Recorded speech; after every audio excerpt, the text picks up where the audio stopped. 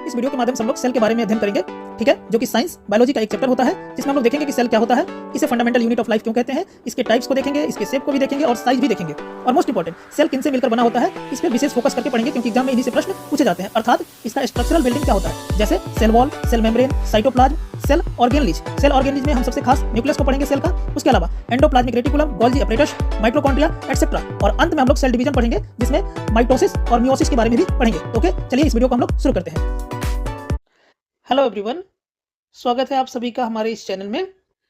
इस वीडियो के माध्यम से हम आप सभी को क्लास 9th का जो साइंस का एक चैप्टर है, the fundamental unit of life, जिसे हिंदी में जीवन की आधारभूत इकाई कहते हैं, इस चैप्टर को हम लोग लाइन बाय लाइन एनसीईआरटी के थ्रू पढ़ने का प्रयास करेंगे, ठीक है, और उसके हर एक कॉन्सेप्ट को बारी बारी से समझेंगे, ठीक है। और आपको कोई भी डाउट रह जाता है, ठीक है, तो कमेंट बॉक्स में आप अपनी राय दे सकते हैं और कमेंट करके बता सकते हैं। तो चलिए बिना किसी देरी से हम इस वीडियो की शुरुआत करते हैं। तो चलिए देखिए, इसमें जो सबसे पहली बात है ये कि for the fundamental unit of life, अर्थात जो जीवन की आधारभूत इकाई है। कहने का मतलब कि जीवन किससे बना हुआ है, ये लाइफ जो है ये कैसे बना हुआ है, किस पे ये टिका हुआ है। तो ये बेसिकली इसका जवाब है आपके पास सेल, जिसे हिंदी में आप कोशिका कहते हैं। अर्थात ये सेल क्या है, तो आपको ध्यान रखना है कि सेल जो है एक fundamental structure and fundamental unit है ऑल लिविंग ऑर्गेनिज्म का। अर्थात सेल एक आधारभूत संरचना तथा आधारभूत इकाई है ऑल लिविंग ऑर्गेनिज्म का, ठीक है। सेल जो है एक स्मॉलेस्ट एंटिटी है जो कैपेबल होता है performing the all life process, जैसे कि ग्रो करना, रिप्रोड्यूसिंग करना, ब्रीदिंग करना एटसेट्रा। इस जितने भी आपके पास दुनिया भर की जो लाइफ प्रोसेस होती हैं, इसमें जो है कि सेल का एक महत्वपूर्ण योगदान होता है।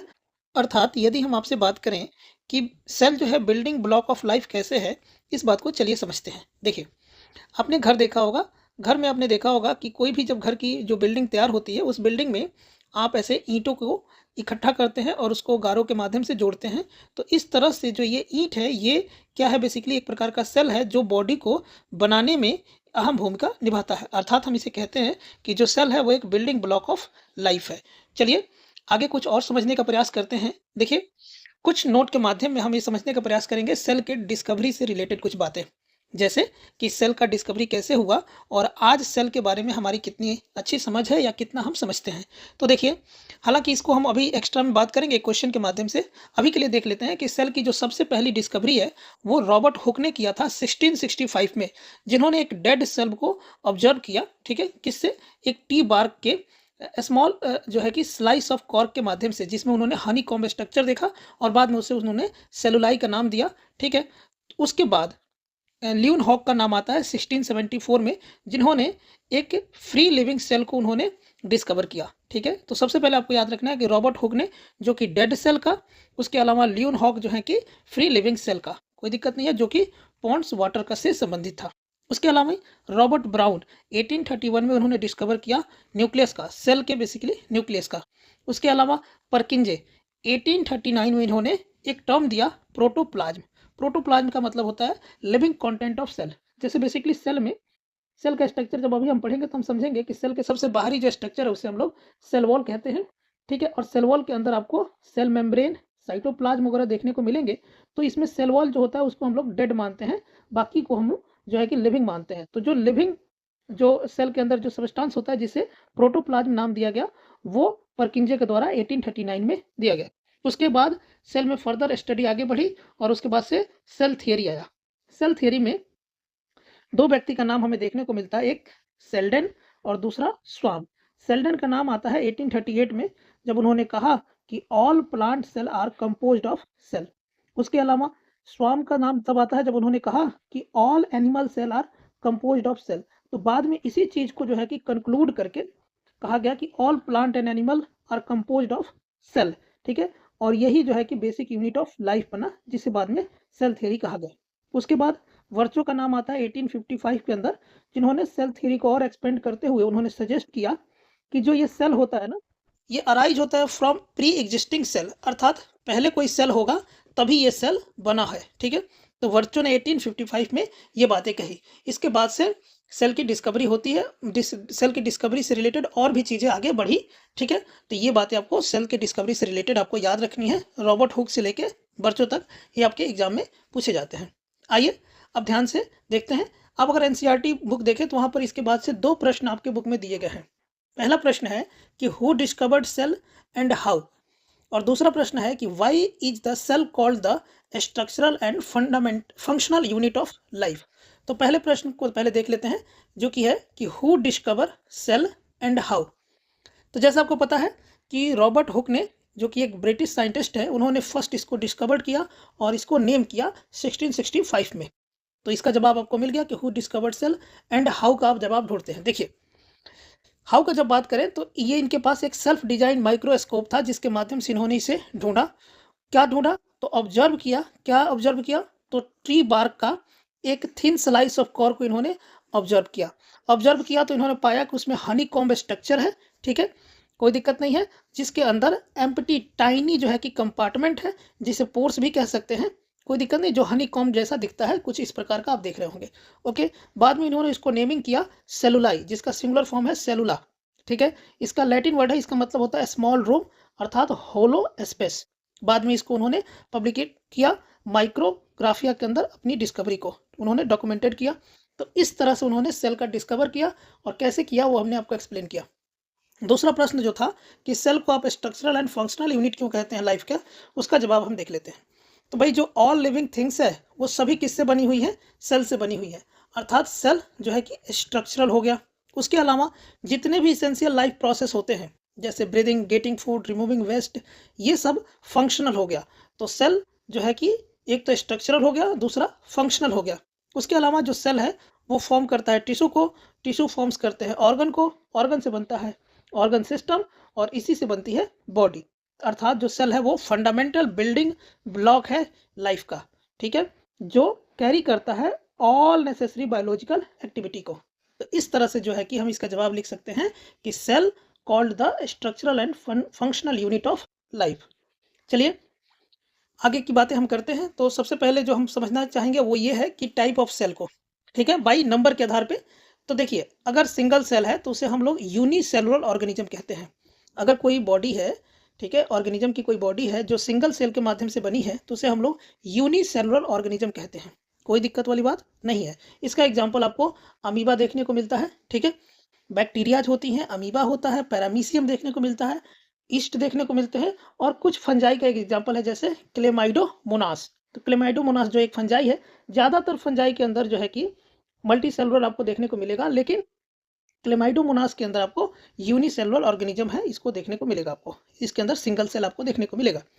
मल्टी सेलुलर ऑर्गेनिज्म किसे कहते हैं? जिसके अंदर बहुत सारे सेल होते हैं, जैसे प्लांट्स, एनिमल, और मोस्ट फंजाई के अंदर आपको मल्टी सेलुलर सेल आपको देखने को मिलेंगे। तो इस तरह से सेल का जो है कि टाइप हम समझे नंबर के आधार पे, यूनिसेलुलर और मल्टी सेलुलर, और इनके एग्जाम्पल भी हमने देखा। चलिए अगले टॉपिक पे चलते हैं कि सेल के साइज के बारे में बात करते हैं। तो देखिए जो सेल का अभी तक स्मॉलेस्ट जो साइज है वो है माइसोप्लाज्मा, ठीक है, और जो लार्जेस्ट साइज है सेल में वो है ऑस्ट्रिच एग का, ठीक है। इसमें कुछ ऐसे समझने की बात नहीं है। उसके अलावा अगर सेल के हम शेप की बात करें तो सेल ऐसा नहीं है कि सेल कुछ ऐसा हमेशा गोल ही होगा। सेल स्फेरिकल है, राउंड भी है, उसके उसके अलावा इलोंगेटेड भी हो सकता है, इस प्रकार का स्पिंडल शेप्ड भी हो सकता है। ब्रांच सेल भी, जैसे ये न्यूरॉन सेल देखना है, ऐसे भी इसके अंदर ये देखिए सब ब्रांचेज बने हुए हैं। तो इस तरह से भी जो है कि सेल में आपको सेल देखने को मिलेगा। फ्लैट थीन भी हो सकता है, इरेगुलर भी हो सकता है, जैसे अमीबा के अंदर इरेगुलर होता है, ठीक है। उसके अलावा लॉन्ग ट्यूब लाइक सेल भी हो सकता है। तो सेल का डिफरेंट प्रकार का शेप हो सकता है। हमने साइज में भी बातें आपसे कर लिया, ठीक है। तो अब तक हमने क्या क्या समझा? हमने समझा कि सेल क्या होता है, फिर हमने कहा कि सेल के डिस्कवरी से रिलेटेड कुछ बातें, उसके अलावा हमने देखा 2 प्रश्न, और उसके बाद से हमने कहा कि सेल के टाइप बाय द नंबर, और तीसरे हमने बातें की सेल के साइज के बारे में, और उसके बाद से हमने सेल के शेप के बारे में बात किया, ठीक है। अब हमारी जो अगली टॉपिक है वो है कि what is a cell made of. Cell किसका बना होता है, और क्या होता है सेल, किसका बना होता है, और उसके अलावा what is the structural organisation of cell, ठीक है। तो इसका सीधा सीधा ये जवाब है कि सेल प्राइमरी जो होता है वो मेड ऑफ होता है 3 मेन पार्ट से। क्या क्या? एक cell membrane, cytoplasm and nucleus, ठीक है। अभी समझेंगे हम लोग इसे। दूसरी है कि what is the structural organisation of cell. तो बेसिकली स्ट्रक्चरल ऑर्गेनाइजेशन को हम लोग अब डिटेल में बात करते हैं और समझने का प्रयास करते हैं। देखिए, सेल में आपको कुछ बातें पहले डिफ्रेंशिएट करके चलनी पड़ेगी कि प्लांट सेल थोड़े डिफरेंट होते हैं एनिमल सेल से। तो हम दोनों सेल को कंबाइन करके आपको समझाने का प्रयास कर रहे हैं। देखिए, सबसे पहले एक बात समझ लीजिए, cell wall. Cell wall, cell wall जो है कि आपको प्लांट सेल में केवल देखने को मिलता है, ये एनिमल सेल में नहीं होता है। ठीक है, तो ध्यान से चलिए बात करते हैं इसके बारे में। तो देखिए, सेल का जो सबसे बाहरी वाला भाग होता है, ठीक है ना, ये वाला जो सबसे बाहरी आपको ऐसे ग्रीन में दिख रहा होगा, इसे हम लोग सेल वॉल कहते हैं। ठीक है, उसके बाद आप देख रहे होंगे तो ये केवल किस में होता है, प्लांट सेल में होता है। ठीक है, अगर प्लांट सेल की बात करते हैं तो हम सेल वॉल से शुरू करेंगे, लेकिन यदि हम एनिमल सेल की बात करें तो उसमें सेल वॉल नहीं होता है, उसका जो सबसे बाहरी पार्ट होता है उसे हम लोग सेल मेम्ब्रेन कहते हैं। तो इसके बाद जो ये ब्लैक वाली आपको दिख रही होगी, ये सेल मेम्ब्रेन की बात कर रहे हैं। ठीक है, तो पता चला आपको सबसे बाहर क्या हो गया, सेल वॉल, उसके बाद से सेल मेम्ब्रेन। ठीक है, अब देखिए, हम लोग स्ट्रक्चर समझने का प्रयास करते हैं बारी बारी से, फिर इनको हम लोग डिटेल में पढ़ेंगे। ओके, तो सेल मेम्ब्रेन के बाद से आप देखेंगे कि इसमें फ्लूइड टाइप का कुछ ऐसे जेली लाइक होता है, ऐसे जेली भरा होता है, इसे कहिए फ्लूइड भरा होता है, जिसे हम लोग साइटोप्लाज्म कहते हैं, जेली जैसा होता है। और इन साइटोप्लाज्म के ऊपर न्यूक्लियस होता है। ठीक है, और माइटोकॉन्ड्रिया होता है, क्लोरोप्लास्ट होता है, वैक्यूल्स होते हैं। तो इस तरह से बहुत सारे ऑर्गेनलीज होते हैं। इसको, इन लोगों को हम लोग कंबाइंड फॉर्म में ऑर्गेनलीज कहते हैं, सेल ऑर्गेनलीज। तो आपको बेसिक तौर पे पता चला कि सेल के जो स्ट्रक्चर है उसमें आपको सबसे बाहर जो देखने को मिलेगा सेल वॉल, फिर से सेल मेम्ब्रेन, फिर इसके बाद से जेली लाइक स्ट्रक्चर जिसे आप साइटोप्लाज्म कह रहे हैं, और फिर साइटोप्लाज्म के ऊपर आपको छोटे छोटे ऐसे ऑर्गेनलीज देखने को मिलेंगी, सेल ऑर्गेनलीज, जिसमें बेसिकली न्यूक्लियस होगा, वैक्यूल होगा, माइटोकॉन्ड्रिया होगा, क्लोरोप्लास्ट होगा, और भी एंडोप्लाज्मिक रेटिकुलम होगा। ये सब टाइप की चीजें होंगी जिससे अभी हम लोग आगे पढ़ेंगे। तो अब तक आपने समझ गया कि cell, what is a cell made up of. तो मेनली 3 पार्ट की बात हमने कहा, सेल मेम्ब्रेन, साइटोप्लाज्म, न्यूक्लियस। हमने स्ट्रक्चरल ऑर्गेनाइजेशन की बात किया तो इसमें हमने डिटेल में बताया कि सेल में बेसिक बेसिक ये बातें होती हैं। ओके, अब इन सारे बातों को हम लोग बारी बारी से पढ़ेंगे और डिटेल में समझने का प्रयास करेंगे। तो देखिए, चलिए, सबसे पहले हम लोग सेल मेम्ब्रेन को पढ़ेंगे। ठीक है, सेल वॉल को हम लोग बाद में पढ़ेंगे, क्योंकि सेल मेम्ब्रेन सबसे बड़ा इसमें टॉपिक है। तो सबसे पहले हम लोग सेल मेम्ब्रेन को पढ़ लेते हैं, फिर इसके बाद हम लोग सेल वॉल समझेंगे। आ जाइए, देखिए, सेल मेम्ब्रेन, ठीक है, हिंदी में इसको हम लोग कोशिका झिल्ली कहते हैं। ओके, कोशिका झिल्ली, और अंग्रेजी में इसे सेल मेम्ब्रेन। ओके, इसको डिस्कवर किया गया था सिंगर एंड निकोलसन के द्वारा 1972 में। ये बेसिकली फ्लेक्सिबल होता है, जो बना होता है किससे, लिपिड से और प्रोटीन से। लिपिड में भी किस प्रकार का लिपिड, तो फॉस्फोलिपिड का बना होता है। अब आप कंफ्यूज हो रहे होंगे कि लिपिड क्या होता है।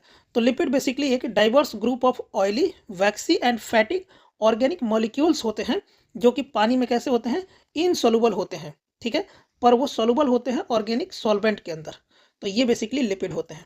तो हमने आपसे बताया कि सेल मेम्ब्रेन के अंदर आपको लिपिड और प्रोटीन देखने को मिलेंगे, खास करके फॉस्फोलिपिड आपको देखने को मिलेगा। ओके, अब कुछ आगे बातें करते हैं। तो जैसे हमने आपसे कहा कि सेल जो है, सेल का जो आउटर मोस्ट जो कवरिंग है उसे हम लोग सेल मेम्ब्रेन कहते हैं, खास करके एनिमल के अंदर। ओके, प्लांट के अंदर जो आउटर मोस्ट कवरिंग होता है वो क्या होता है, सेल वॉल होता है। ओके, अर्थात जो है कि आपको पता चला कि जो साइटोप्लाज्म है बेसिकली को जो है कि बाहरी वातावरण से अलग करने का जो काम करता है वो कौन करता है, सेल मेम्ब्रेन। अभी हम आपको समझा रहे थे यहाँ पर कि सेल वॉल है, सेल वॉल के बाद से आपको सेल मेम्ब्रेन, और इसके बाद से जेली लाइक स्ट्रक्चर जिसे हम लोग साइटोप्लाज्म कह रहे हैं। अर्थात इस साइटोप्लाज्म का बाहरी वातावरण से, जो बाहर के वातावरण है उससे अलग करने का जो काम करेगा वो कौन करेगा, तो बीच में सेल मेम्ब्रेन है, अर्थात सेल मेम्ब्रेन करने का काम करेगा। ओके, तो जैसे हमने आपसे बताया कि सेल मेम्ब्रेन बाहरी वातावरण से साइटोप्लाज्म को अलग करता है। उसके अलावा आपको क्या क्या बातें और याद रखनी है सेल मेम्ब्रेन के बारे में, वो देखिए। देखिए ध्यान से कि ये बेसिकली परमिट देता है एंट्री और एग्जिट का सब मटेरियल जो सेल के अंदर जाना चाहते हैं और सेल से जो बाहर आना चाहते हैं। ठीक है, ध्यान से इस बात को समझने की जरूरत है। जैसे हमारा सेल है, तो सेल के अंदर कई सारे मटेरियल जो है कि वो बाहर से अंदर जाएंगे और अंदर से बाहर भी जाएगा कुछ वेस्ट। ठीक बात है, तो इसको परमिट करने का जो काम है वो सेल मेम्ब्रेन करता है। इसीलिए सेल मेम्ब्रेन को सेलेक्टिव परमिएबल मेम्ब्रेन, अर्थात चयनात्मक पारगम्य झिल्ली भी हम लोग कहते हैं। देखिए, समझने की जरूरत है। आपसे अगर एग्जाम में क्वेश्चन पूछता है कि सेल मेम्ब्रेन को हम लोग सेलेक्टिव परमिएबल मेम्ब्रेन क्यों कहते हैं, तो इसलिए करते हैं कि ये कुछ मटेरियल्स जैसे कि ऑक्सीजन, कार्बन डाइऑक्साइड या कुछ मिनरल्स जो सेल के अंदर जाना चाहते हैं और कुछ वेस्ट मटेरियल सेल से बाहर आना चाहते हैं, इसको परमिट देने का काम कौन करता है? सेल मेम्ब्रेन करता है। अर्थात इसको हम लोग क्या बोलेंगे? सिलेक्टिव परमिएबल मेम्ब्रेन बोलेंगे। ओके, तो इस बात को आप क्या करिएगा, ध्यान रखिएगा। तो सेल मेम्ब्रेन क्या है, क्या काम है, हमने इसके बारे में बात किया। तो आपको काम जो है कि इसी के आधार पे हम लोग आगे भी इसमें कुछ हम टॉपिक्स पढ़ेंगे। काम इसका क्या है? सेलेक्टिव परमिएबल मेम्ब्रेन है। ये काम है परमिट देने का, एंट्री और एग्जिट का, मटेरियल्स का जो सेल के अंदर जाना चाहते हैं और कुछ बाहर निकलना चाहते हैं। तो हमारा सवाल हो तो यहाँ से जो सामने आती है वो ये आती है कि आखिर कैसे सेल मेम्ब्रेन कैसे जो है कि परमिट देने का काम करता है, इस परमिट के अंदर किस प्रकार के फंक्शंस होते हैं, इस बात को हम समझना चाहते हैं। ओके, तो इसको हम लोग अभी समझेंगे। ठीक है, यहाँ पर हम लोग समझेंगे कि आखिर कैसे सबस्टांस जो होते हैं मूवमेंट होता है सेल के अंदर और सेल से बाहर कोई सबस्टांस का मूवमेंट कैसे होता है। ठीक है, इस बात को हम समझेंगे आगे, लेकिन उससे पहले हम आपको बता देते हैं, ठीक है, कि मेम्ब्रेन्स का जो है कि सिग्निफिकेंस इतना है कि जैसे वायरस के अंदर जो होता है मेम्ब्रेन की कमी होती है, जिसके कारण ये लाइफ को शो नहीं करता है। ठीक है, कोई दिक्कत नहीं, यानी जो वायरस होता है वो एक डेड होता है जब तक ये किसी लाइफ के अंदर, किसी लिविंग बॉडी के अंदर नहीं पहुंच जाए, क्योंकि इसको रहने के लिए हमेशा एक होस्ट सेल की जरूरत पड़ती है, लिविंग सेल की जरूरत पड़ती है। ऐसा क्यों? क्योंकि वायरस के अंदर मेम्ब्रेन्स की क्या होती है? कमी होती है या नहीं होता है मेम्ब्रेन, जिसकी वजह से ये डेड माना जाता है। आइए, जो हमने आपसे बात कही अभी कि बेसिकली जो है कि सेल मेम्ब्रेन क्या काम करता है, तो ये कौन बाहर जाएगा कौन अंदर आएगा इसको डिसाइड करने का काम करता है। तो हमारा सवाल उठता है कैसे, आखिर कैसे जो है कि सेल मेम्ब्रेन इसे डिसाइड करेगा। ठीक बात है, तो बेसिक तौर पे तो हम यही कहना चाह रहे हैं कि जैसे ये कोई सेल है, ठीक है, ये कोई सेल है और ये बाहरी वाली लेयर जो है ये क्या है? सेल मेम्ब्रेन है। अब कुछ सबस्टांसेस बाहर है, वो अंदर कैसे जाएंगे, कुछ इसके अंदर है, वो बाहर कैसे निकलेंगे, इस बात को समझना चाहते हैं। तो देखिए, समझने के लिए हमें कुछ बातें समझनी पड़ेगी जिन्हें हम नोट में बारी बारी से पढ़ेंगे। सबसे पहले हम समझेंगे ट्रांसपोर्ट के बारे में। दो प्रकार के ट्रांसपोर्ट, पैसिव ट्रांसपोर्ट और एक्टिव ट्रांसपोर्ट, जिसे हिंदी में निष्क्रिय तथा सक्रिय परिवहन कहते हैं। ठीक है, देखिए समझिए ध्यान से कि कोई सेल है, ठीक है, और सेल के अंदर लो कॉन्सेंट्रेशन है, ठीक है, और सेल के बाहर जो है कि हाई कॉन्सेंट्रेशन है। ठीक बात है, ये कंडीशन को आप मानिए। दूसरे कंडीशन समझिए कि एक सेल है और सेल के अंदर लो कंसंट्रेशन है और बाहर जो है कि हाई कंसंट्रेशन है।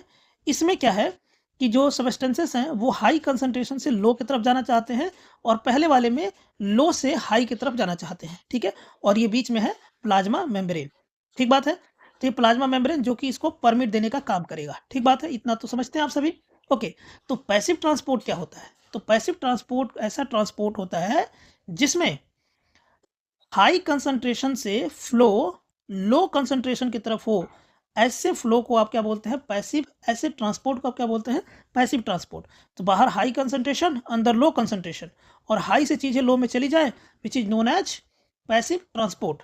अगर जरा सोचिए, कंडीशन ऐसा हो कि सेल के अंदर अगर हाई हो और बाहर लो हो और चीजें हाई से लो की तरफ जाएं, इसको भी हम लोग पैसिव ट्रांसपोर्ट ही बोलते हैं। अर्थात कंसंट्रेशन के आधार पर हम लोग पैसिव ट्रांसपोर्ट कहते हैं। वैसे ही जस्ट उल्टा होता है एक्टिव ट्रांसपोर्ट। इसमें क्या होता है कि लो कंसंट्रेशन से सब्सटेंसेस निकल के यदि हाई कंसंट्रेशन में चली जाए, ठीक है, इस कंडीशन में जो है कि एक्टिव ट्रांसपोर्ट होता है। आपको पता चल रहा होगा कि जब सेल के अंदर लो कंसंट्रेशन है और हाई कंसंट्रेशन में चीज़ें जा रही हैं, सब्सटेंसेस जा रहे हैं ट्रेवल करके, तो ये अपने आप नहीं जाएंगे, इनको आपको कुछ वर्क करना पड़ेगा, अर्थात इन्हें एनर्जी की क्या होगी? रिक्वायरमेंट होगी। तो आपसे कोई पूछे तो आपको ध्यान रखना है कि एक्टिव ट्रांसपोर्ट में एनर्जी की रिक्वायरमेंट होती है पर पैसिव में नहीं होती, क्योंकि ये अलोंग द ग्रेडियंट होता है। कहने का मतलब ये हाई टू लो होता है और ये लो टू हाई होता है, इसलिए एनर्जी की जरूरत पड़ेगी। तो ये सब बातें आपको ध्यान रखना है। जैसे ये इसका जो मूवमेंट का डायरेक्शन है वो अगेंस्ट कंसंट्रेशन ग्रेडियंट है, और पैसिव का जो ट्रांसपोर्टेशन है वो है along concentration of gradient. Okay, तो आप अभी समझ पा रहे होंगे कि एक्टिव और पैसिव ट्रांसपोर्ट क्या होता है। ठीक है, ओके, कोई दिक्कत इसमें नहीं है।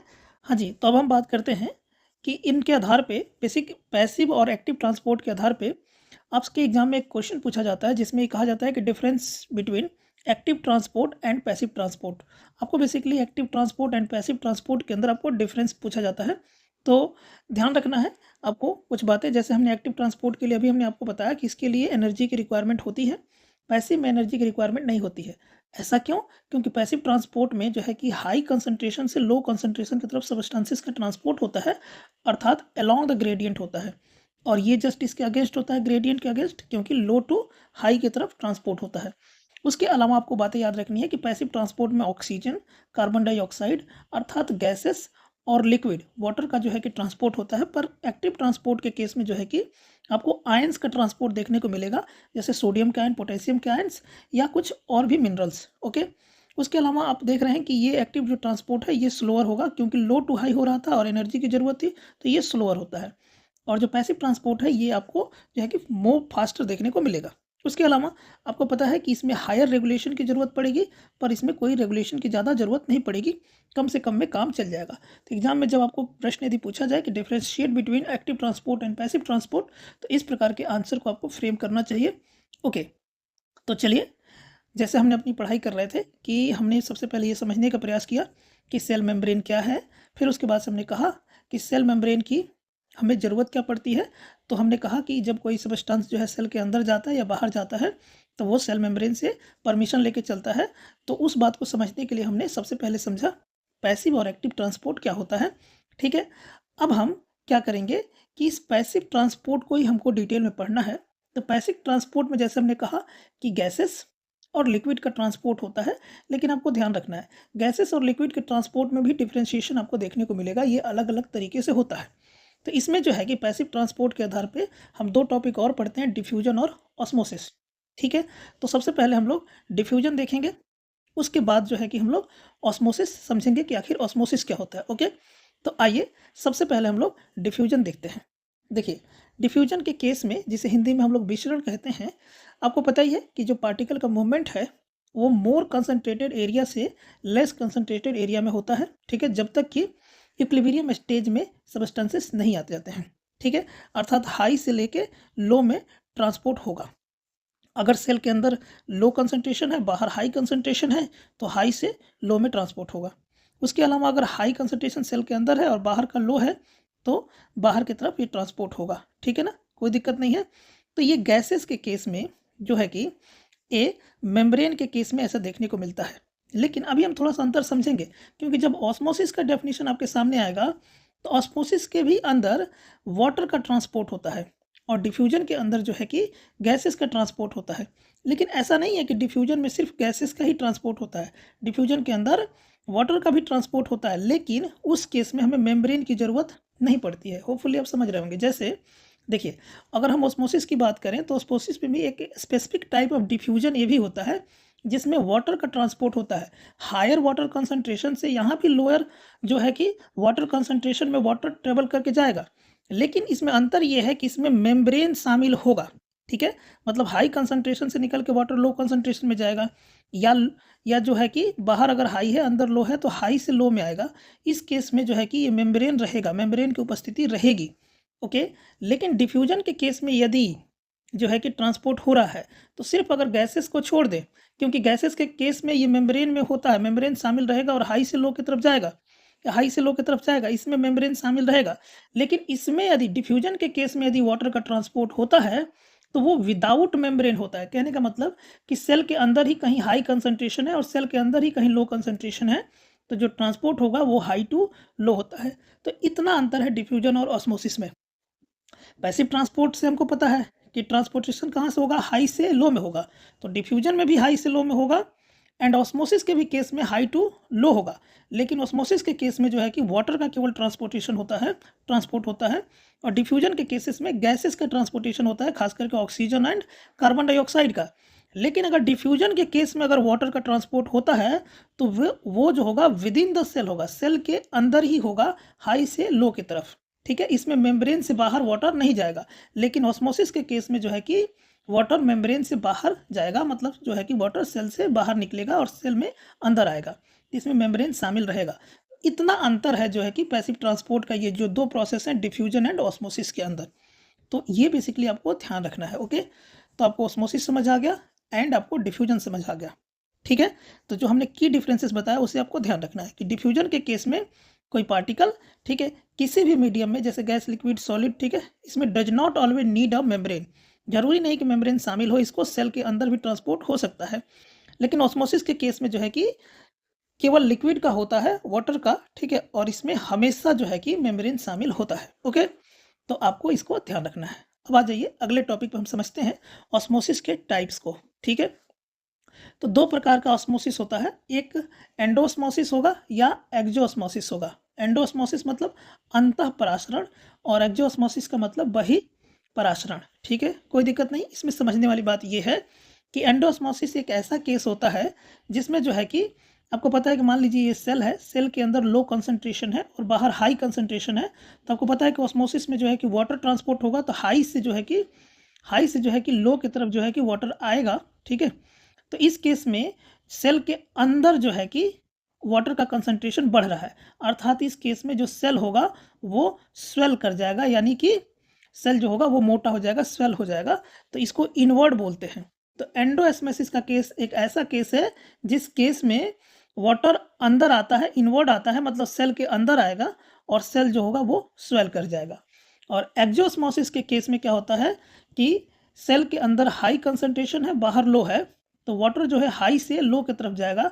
इस कंडीशन में जो होगा कि सेल जो होगा वो श्रिंक करना शुरू होगा, अर्थात वाटर गोज टू एक्सटर्नल, अर्थात सेल जो होगा वो श्रिंक करेगा। ठीक है, ये होता है एक्जोस्मोसिस। ठीक है, तो होपफुली ये बातें आपको समझ आ गई होगी। ठीक है, कि एक्जोस्मोसिस में पानी सेल से बाहर जाता है और एंडोस्मोसिस में पानी सेल के अंदर आता है। तो जब अंदर आएगा तो सेल स्वेल कर जाएगा और बाहर जाएगा तो सेल जो होगा वो सिकुड़ जाएगा, यानी श्रिंक कर जाएगा। ओके, ठीक है, कुछ बातें हम और समझते हैं। ये एंडोस्मोसिस और एक्जोस्मोसिस के आधार पे, ठीक है, हमारे कुछ सॉल्यूशन बनते हैं जो हमारे एनसीईआरटी में मेंशन है, हाइपरटोनिक, हाइपोटोनिक एंड आइसोटोनिक्स। ठीक है, हिंदी में कहते हैं अति परासारी, अल्प परासारी और सम परासारी। तो देखिए, सबसे पहले हम लोग हाइपरटोनिक की बात करते हैं। हाइपरटोनिक का क्या केस है? देखिए, हाइपरटोनिक को आप समझना चाहते हैं तो हाइपरटोनिक सॉल्यूशन के अंदर क्या होता है बेसिकली कि जो सॉल्यूट का कंसंट्रेशन होता है वो हायर होता है। ठीक है, हायर सॉल्यूट कंसंट्रेशन। ठीक है, यानी कि जो है कि इस केस में जो है कि लेस वाटर होता है देन द सेल। ठीक है, तो वाटर जो है वो फ्लो करता है, ठीक है, सेल से बाहर की तरफ। ठीक है, ऐसा समझने का प्रयास करते हैं कि ये बेसिकली सेल है और सेल के अंदर हायर कंसंट्रेशन है और बाहर लो है, तो आपको पता है वाटर फ्लो करके बाहर जाएगा। इस केस में जो सेल होगा वो क्या कर जाएगा, बेसिकली श्रिंक कर जाएगा। तो इस प्रकार के बने हुए सॉल्यूशन को आप हाइपरटोनिक सॉल्यूशन बोलते हैं। ठीक है, कि सेल के अंदर जो है कि हायर कंसंट्रेशन है और बाहर जो है कि वो लोअर कंसंट्रेशन है। जस्ट इसके उल्टा हाइपोटोनिक का केस होता है। इस केस में सेल के अंदर लोअर कंसंट्रेशन होता है और सेल के बाहर हायर कंसंट्रेशन होता है, तो जो वाटर मॉलिक्यूल है वो बाहर से अंदर की तरफ आते हैं तो सेल जो है कि स्वेल कर जाता है। तो hypotonic solution a solution with lower solute concentration more water, इसका मतलब पानी क्या है, ज़्यादा है देन द सेल। तो यानी कि पानी अगर बाहर ज़्यादा है तो सेल के अंदर पानी एंटर करेगा। ठीक है, जिसकी वजह से सेल जो होगा स्वेल कर जाएगा। ऐसे बने हुए सॉल्यूशन को हाइपोटोनिक कहते हैं और हाइपरटोनिक जस्ट इसके उल्टा। आइसोटोनिक का जो केस है ना, इस केस में जो है कि बाहर जितना वाटर का कंसंट्रेशन है उतना ही अंदर सेल के अंदर भी वाटर का कंसंट्रेशन है, इसलिए ना वाटर बाहर से अंदर आता है ना अंदर से बाहर जाता है। इस केस में जो है कि स्टेबल होता है सेल, ना स्वेल करता है ना ही श्रिंक करता है। इसको बोलते हैं आइसोटोनिक सॉल्यूशन। ओके, तो मेरे ख्याल से आपको ये बातें जो है कि समझ में आ गई होंगी। ठीक है, तो अब तक जो हमने पढ़ाई किया उसको एक बार फिर से हम लोग बातें कर लेते हैं कि हम पढ़ रहे हैं प्लाज्मा मेम्ब्रेन या सेल मेम्ब्रेन। और इस सेल मेम्ब्रेन के अंदर जो है कि हमने कहा कि सेल मेम्ब्रेन जो है कि ये परमिशन देता है कि कौन सेल के अंदर आएगा, कौन सेल से बाहर जाएगा। हमने कहा दो प्रकार के ट्रांसपोर्ट होती है, एक्टिव ट्रांसपोर्ट एंड उसके अलावा पैसिव ट्रांसपोर्ट। हमने कहा हमें पैसिव ट्रांसपोर्ट पढ़ना है, तो पैसिव ट्रांसपोर्ट को हमने पढ़ा, हमने ऑस्मोसिस सीखा और हमने डिफ्यूजन सीखा। फिर हमने ऑस्मोसिस को एक्सप्लेन किया दो तरह से, एंडोस्मोसिस और एक्जोस्मोसिस। फिर हमने इसके आधार पर सॉल्यूशंस बनाए और हमने हाइपरटोनिक, हाइपोटोनिक और आइसोटोनिक देखा। ओके, इसके अलावा एक और टर्म आपको समझना है, वो है प्लाज्मोलिसिस। ठीक है, हिंदी में कहते हैं जीव द्रव्य संकुचन।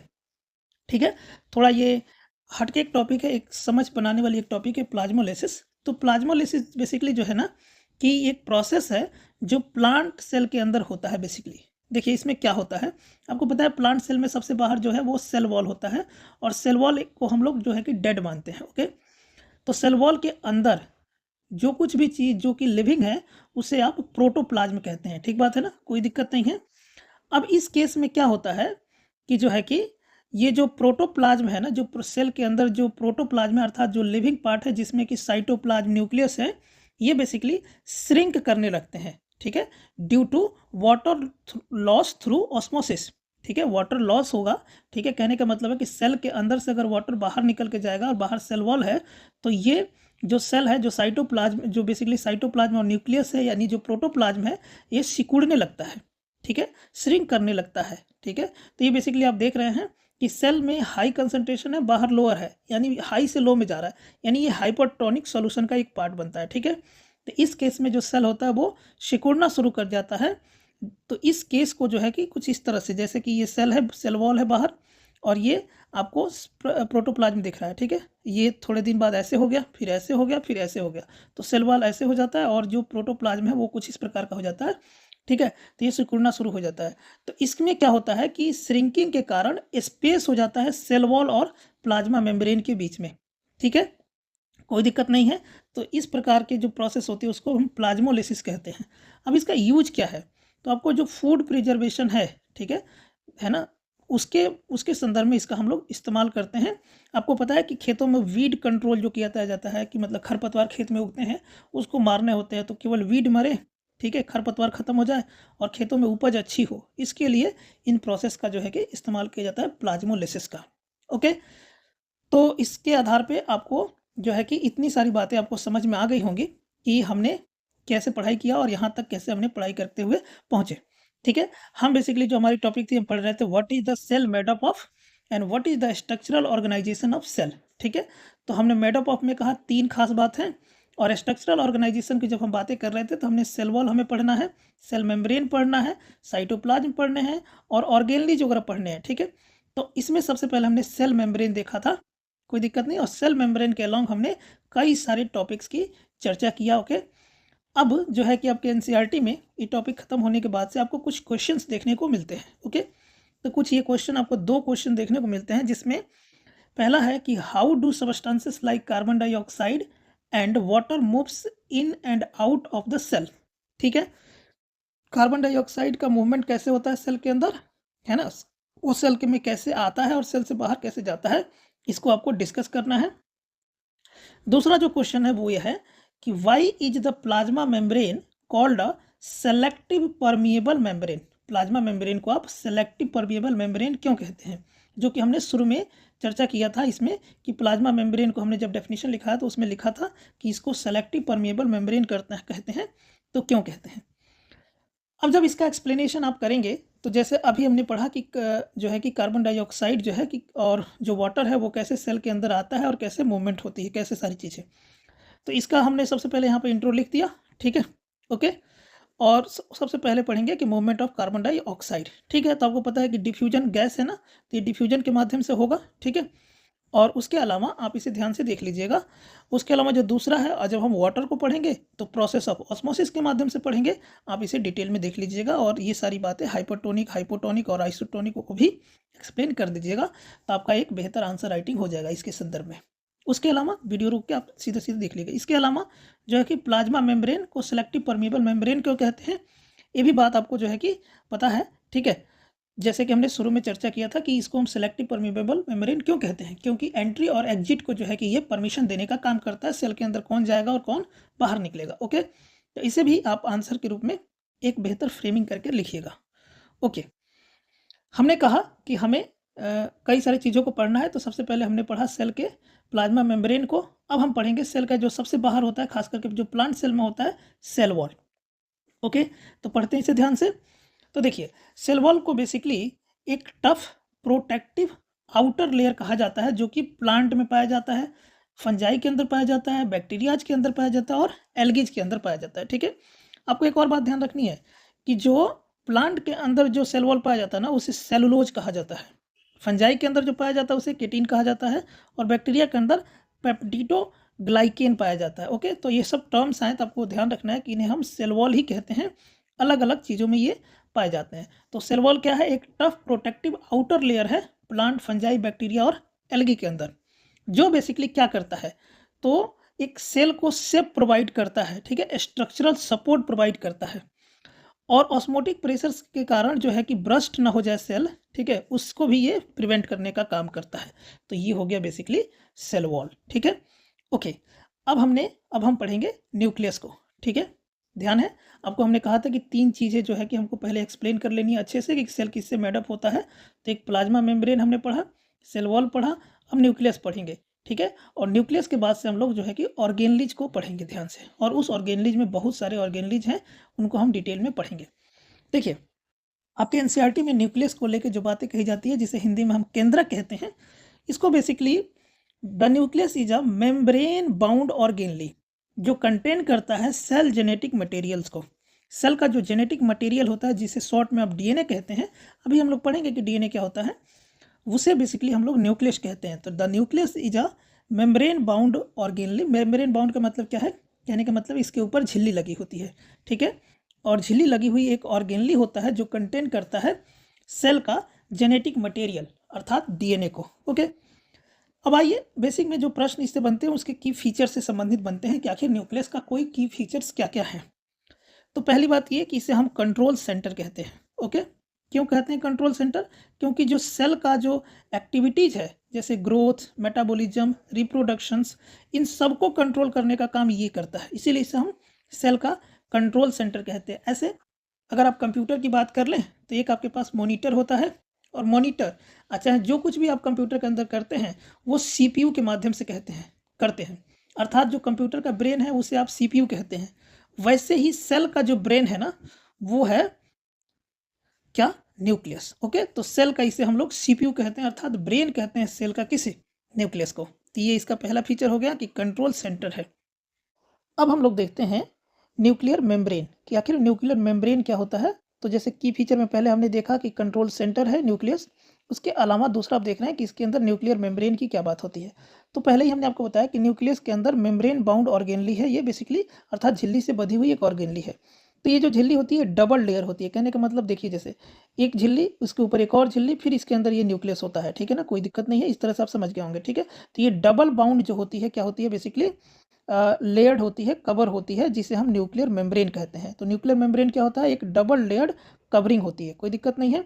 तो देखिए, अब ध्यान से समझिए इस बात को, ठीक है। ये डबल लेयर के अंदर जो है कि न्यूक्लियस होता है। ये जो पहला वाला जो लेयर होता है ना, इसके ऊपर ना ऐसे पोर्स बने होते हैं, मतलब अंदर बाहर जाने के लिए, मटेरियल्स को अंदर बाहर जाने के लिए ऐसे पोर्स बने होते हैं, ठीक है ना।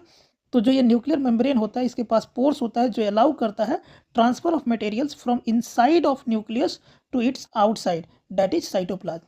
क्या मतलब हुआ, मतलब ये है कि जैसे सेल के बाहर, सबसे बाहर सेल वॉल, फिर उसके बाद से क्या होता है, उसके बाद से आपको सेल मेम्ब्रेन देखने को मिलेगा, और सेल मेम्ब्रेन के अंदर आपको साइटोप्लाज्म देखने को मिलेंगे, और साइटोप्लाज्म में एक यहाँ पर न्यूक्लियस देखने को मिलेगा, ठीक है, जो कि एक सेल ऑर्गेनली है। इसके ऊपर ऐसे डबल कवर लेयर मिलती है, जिसे न्यूक्लियर मेम्ब्रेन कहते हैं।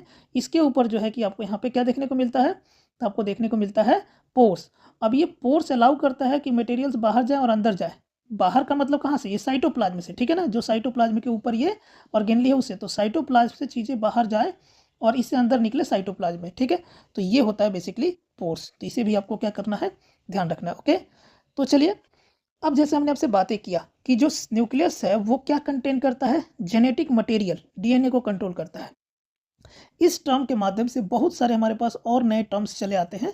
तो उसका पहला जो टर्म आता है वो आता है क्रोमोजोम, जिसे हिंदी में हम लोग गुणसूत्र कहते हैं। ओके, तो सबसे पहले हम लोग समझते हैं कि जो जेनेटिक मटेरियल एक कंटेन करता है, ये कैसे होता है, किस फॉर्म में होता है, ठीक है। उसके लिए हम लोग समझ रहे हैं क्रोमोजोम को। तो हमने जैसे आपसे कहा कि ये जो न्यूक्लियस है ना, इसके अंदर बेसिकली जो जेनेटिक मटेरियल है ना, वो उसे हम लोग क्रोमोजोम कहते हैं, ठीक है, क्रोमोजोम, ठीक है। तो आप देखिए जैसे कि ये सेल है, ठीक है, और सेल के अंदर कुछ इस प्रकार का ये न्यूक्लियस होता है, और न्यूक्लियस के पास अंदर ना कुछ ऐसे ये रॉड शेप स्ट्रक्चर होते हैं जो विजिबल होते हैं। आप इसमें देख रहे होंगे ऐसे रॉड शेप कुछ स्ट्रक्चर होते हैं जो विजिबल होते हैं। इन्हीं का जो नाम है वो है क्रोमोजोम। ये तब आपको दिखता है जब आपको सेल को डिवाइड करेंगे, तब जाके ये चीज़ें आपको दिखेगी। तो बेसिकली यही जो क्रोमोजोम है ना, ये इंफॉर्मेशन को जो है कि कंटेन करके रखता है, किसका इंफॉर्मेशन, इनहेरिटेंस का इंफॉर्मेशन, ठीक है, किसका कैरेक्टर, जो पेरेंट से कैरेक्टर आपको मिलते हैं। अब किसके फॉर्म में रखता है, वो डीएनए के फॉर्म में रखता है। अब डीएनए का फुल फॉर्म होता है डीऑक्सी राइबो न्यूक्लिक एसिड। ये आपको याद रखना है कि डीएनए का जो फुल फॉर्म है वो है डीऑक्सी राइबो न्यूक्लिक एसिड। तो ठीक है, तो यानी आपको पता चला कि सेल है, सेल के अंदर न्यूक्लियस है, ठीक है, न्यूक्लियस के अंदर जो है कि क्रोमोजोम है, और क्रोमोजोम के अंदर जो इंफॉर्मेशन है वो है डीएनए के फॉर्म में, deoxy ribose nucleic acid molecule के फॉर्म में होता है। अर्थात आपसे एक बात याद हो गया कि क्रोमोजोम जो है वो कंपोज्ड होता है डीएनए एंड प्रोटीन के माध्यम से। ओके, तो क्रोमोजोम के बारे में आपको इतनी बातें जो है कि याद रखनी है। अब चलिए कुछ आगे बातें और भी हम करते हैं। जैसे हमने आपसे कहा कि डीएनए जो होता है वो क्रोमोजोम के अंदर होता है, ठीक है, तो ये डीएनए जो होता है इसके भी अंदर कुछ बातें होती हैं, इनको हम ध्यान से समझते हैं। बेसिकली 3 टर्म्स हैं, डीएनए, जीन्स और क्रोमेटिन मटेरियल, ठीक है, जीन्स का मतलब वंशाणु होता है। ओके, तो ये जो डीएनए मॉलिक्यूल्स है ना, ये कंटेन करते हैं इंफॉर्मेशन, ठीक है, necessary for the constructing and organising cell, cell के कंस्ट्रक्टिंग के लिए जो इंफॉर्मेशन की जरूरत होती है वो डीएनए के पास होता है।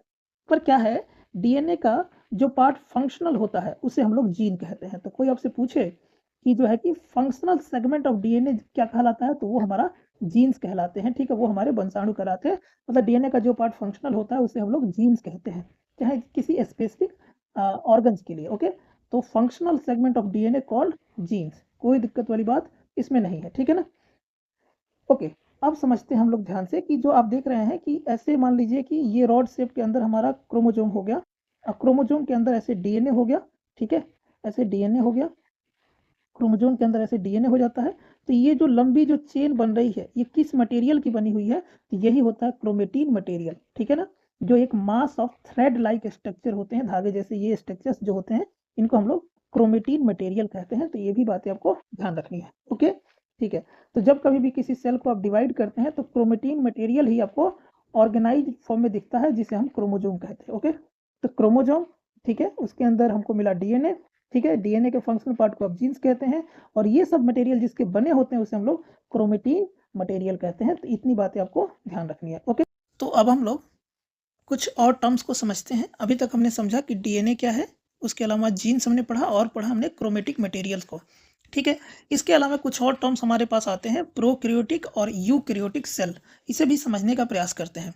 तो कुछ ऑर्गेनिज्म ऐसे होते हैं जिनके पास न्यूक्लियर मेम्ब्रेन की कमी होती है। न्यूक्लियर मेम्ब्रेन कहने का मतलब ये है कि न्यूक्लियस के बाहर कोई ऐसे डबल लेयर जिस होता है वो नहीं होता, बेसिकली इनके पास उसे डबल लेयर जो झिल्ली है वो नहीं होता। अर्थात कुछ ऑर्गेनिज्म के पास न्यूक्लियर मेम्ब्रेन का क्या होता है, लैकनेस होती है। उन्हें जो है कि हम प्रोकैरियोटिक सेल कहते हैं। तो प्रोकैरियोटिक सेल क्या होते हैं, जिनके पास cell lack a nuclear membrane, उन्हें हम प्रोकैरियोटिक सेल कहते हैं। उसके अलावा कुछ ऑर्गेनिज्म होते हैं जिनके पास न्यूक्लियर मेम्ब्रेन होता है, उन्हें हम यूकैरियोटिक सेल कहते हैं, ठीक है। इसके वजह से थोड़ा अब इनके बारे में पढ़ने की जागरूकता बढ़ती है कि प्रोकैरियोटिक सेल आखिर कैसे इस प्रकार का सेल होते हैं जिनके पास ऐसे न्यूक्लियर मेम्ब्रेन की कमी होती है, और यूकैरियोटिक ऐसे सेल होते हैं जिनके पास न्यूक्लियर मेम्ब्रेन की अधिकता होती है। तो आइए समझते हैं इसको ध्यान से। तो जो प्रोकैरियोटिक सेल होते हैं ना, उसमें बेसिकली न्यूक्लियस एब्सेंट होता है, अर्थात जो डीएनए होता है उनका, ठीक है ना, कोई दिक्कत नहीं है, ठीक है, वहाँ पे जो होगा कि कुछ स्पेस होगा, ठीक है, कुछ रीजन होगा, उसको हम लोग न्यूक्लियोटाइड कहते हैं। तो ध्यान रखिएगा कि प्रोकैरियोटिक सेल के अंदर डीएनए के जो रीजन होता है वहाँ पर कुछ स्पेस होता है, उसको हम लोग न्यूक्लियोटाइड कहते हैं, ठीक है, इसमें न्यूक्लियस की प्रेजेंट नहीं होते हैं। उसके अलावा अगर प्रोकैरियोटिक सेल के ऑर्गेनली के बारे में बात करें तो मेम्ब्रेन बाउंड ऑर्गेनली यहाँ पर नहीं होती है। जैसे ऑर्गेनली का मतलब माइटोकॉन्ड्रिया, एंडोप्लाज्मिक रेटिकुलम, ये सब टाइप का नहीं होता। इसके अंदर राइबोसोम प्रेजेंट होता है, पर वो स्मॉलर होता है। अभी समझेंगे राइबोसोम क्या होता है। उसके अलावा जो डीएनए होता है वो सिंगल होता है इसमें, और सर्कुलर क्रोमोजोम होते हैं। ओके, और जो इनका साइज है वो 0.1 से लेके 5 माइक्रोमीटर तक होता है। जो इनका स्ट्रक्चर है वो सिंपलर और ऑलवेज यूनिसेलुलर के अंदर पाया जाएगा। प्रोकैरियोटिक सेल जो होते हैं वो आपको यूनिसेलुलर जो ऑर्गेनिज्म होते हैं जैसे अमीबा वगैरह, उनके अंदर जो है कि प्रोकैरियोटिक सेल मिलता है। बैक्टीरिया, अर्काई, अमीबा वगैरह के अंदर आपको प्रोकैरियोटिक सेल देखने को मिलेगा, ठीक है, क्योंकि ये सिंपलर है। उसके अलावा अगर यूकैरियोटिक सेल की हम बात करें तो इसमें न्यूक्लियस प्रेजेंट होता है, कोई दिक्कत नहीं है, और ये जो न्यूक्लियस होता है ये डबल मेम्ब्रेन, ये जो डबल लेयर जो मेम्ब्रेन होती है, अर्थात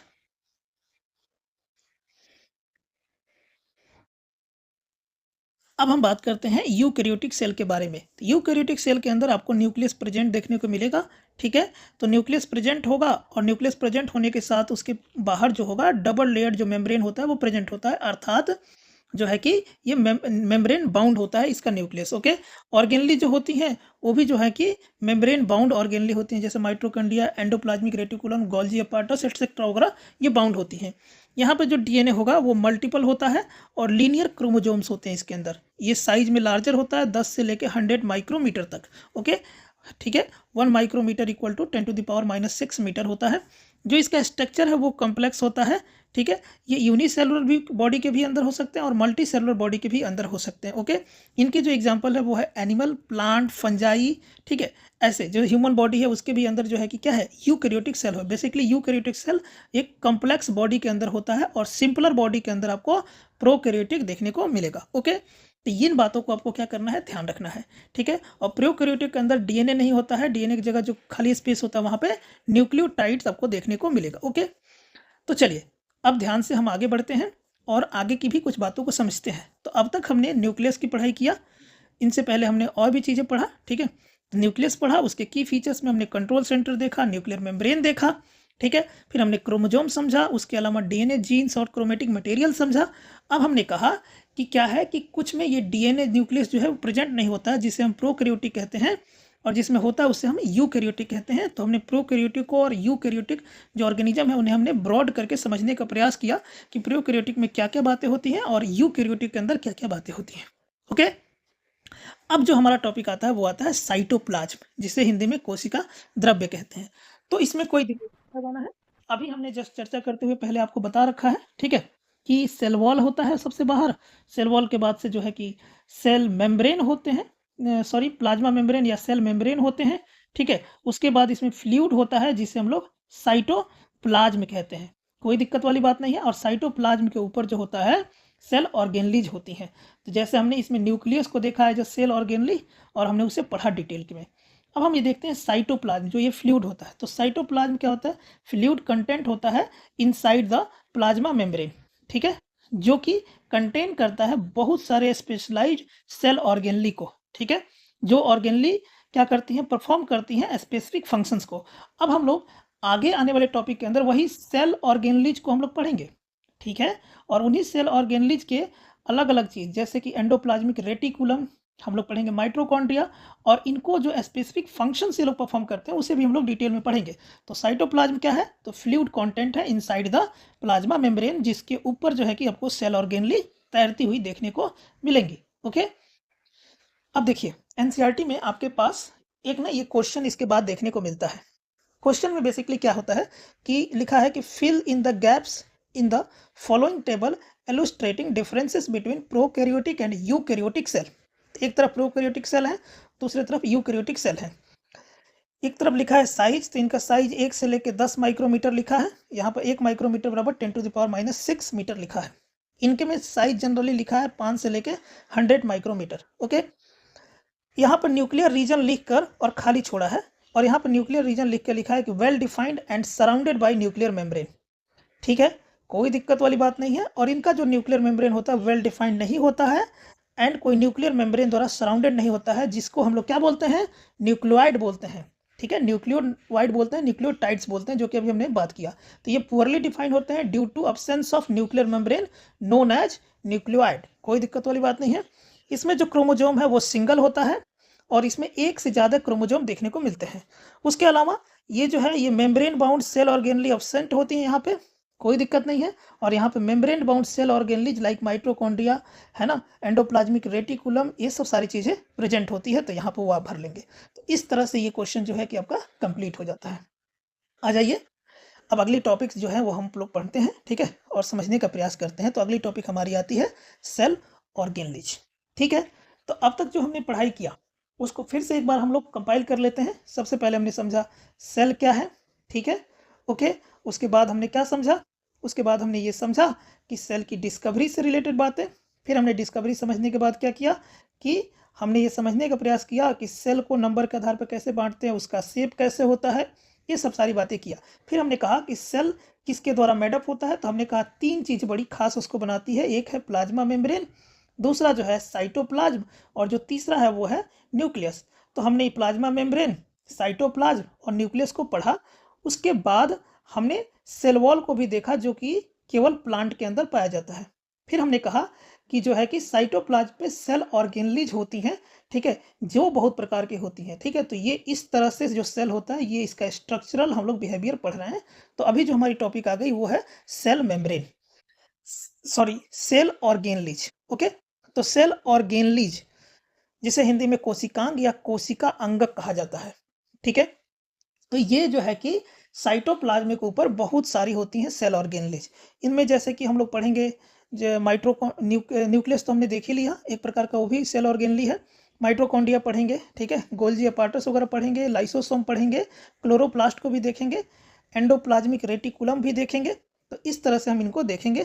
तो आ जाइए, सबसे पहले हम लोग शुरू करते हैं कि सेल ऑर्गेनली क्या है। सेल ऑर्गेनली बेसिकली तो आपको पता है कि जो है कि कुछ सिंपलर हमारे पास सेल होते हैं जिसे हम लोग प्रोकैरियोटिक कहते हैं, कुछ कॉम्प्लेक्स सेल होते हैं जिसे हम लोग क्या कहते हैं, जिसे हम लोग यूकैरियोटिक सेल कहते हैं, ठीक है। तो हमने कहा कि लार्ज एंड कॉम्प्लेक्स सेल होते हैं, ठीक है। तो जो सेल होते हैं ये फॉर्म करते मल्टी सेलुलर ऑर्गेनिज्म से बनते हैं। ये लार्ज और कॉम्प्लेक्स सेल किस में होते हैं, मल्टी सेलुलर जो ऑर्गेनिज्म होते हैं उसके अंदर होते हैं, ठीक है। तो जो मल्टी सेलुलर ऑर्गेनिज्म होते हैं उनको lot of chemical activities to support their complicated structure and function, ठीक है। अब जैसे ह्यूमन बॉडी है, ये बहुत सारे एक्टिविटीज करती है, बहुत सारी चीज़ें करती है, ठीक है। तो ये एक कॉम्प्लिकेटेड स्ट्रक्चर है, ठीक है, कोई दिक्कत वाली बात नहीं है। तो अब क्या है कि ये जो एक्टिविटीज़ हैं, ठीक है, of different kind of separate from each other. अब जो एक्टिविटीज़ जो बॉडी कर रही है उसमें बहुत सारे सेपरेशन है, अलग अलग बातें हैं, ठीक है। तो जो अलग अलग जो एक्टिविटीज़ हो रही हैं उनको करने के लिए अलग अलग हमको कुछ चीज़ें चाहिए जिससे हम लोग लिटिल स्ट्रक्चर और ऑर्गेनलीज कहते हैं, ठीक है, जिनके माध्यम से ये अलग अलग प्रकार के एक्टिविटीज संभव हो पाती है, कोई दिक्कत वाली बात नहीं है। तो बेसिकली यूकैरियोटिक सेल के अंदर जो है कि सेल ऑर्गेनलीज को हम लोग पढ़ते हैं और इनका इंपॉर्टेंस बढ़ जाता है यूकैरियोटिक सेल में, क्योंकि उन्हें अलग अलग फंक्शन को क्या करना होता है, परफॉर्म करना होता है। ओके, और ये जो है ऑर्गेनली ये विजिबल होती हैं इलेक्ट्रॉन माइक्रोस्कोप से, इन्हें हम लोग देख सकते हैं। तो अर्थात सेल ऑर्गेनली और इनका इंपॉर्टेंस हमने देखने का प्रयास किया।